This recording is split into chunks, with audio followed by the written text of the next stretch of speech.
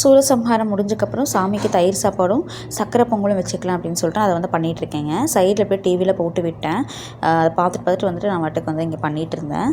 So first time பார்த்திங்கன்னா விரதம் இருந்து இதெல்லாம் பண்ணுறது வந்துட்டு ரொம்பவே புது எக்ஸ்பீரியன்ஸாக சூப்பராக இருந்துச்சு.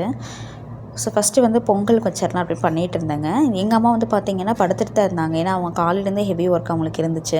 சரி அவங்க ரெஸ்ட் எடுக்கட்டும் நானும் விட்டுட்டேன். பார்த்தா எனக்கு வந்துட்டு வெல்லம் தட்டி கொடுக்க எந்திரிச்சு வந்துட்டாங்க. இதுதான் அம்மா வேலை செய்கிறாளே அப்படின்னு சொல்லிட்டு வந்துட்டாங்க.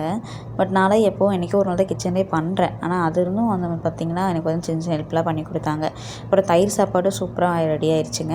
அதுக்கப்புறம் எல்லாமே ரெடி பண்ணி முடிச்சுட்டு சூரசம்ஹாரம் முடிஞ்சிடுச்சு. பார்த்துட்டு அதுக்கப்புறம் நான் வீடெல்லாம் மாப் போட்டு விட்டு நானும் போய் குளிச்சுட்டு வந்துட்டேங்க. பூ வந்து அன்றைக்கி ஈவினிங் எல்லா வகையான பூவும் கிடைச்ச மாதிரி இருந்துச்சுங்க.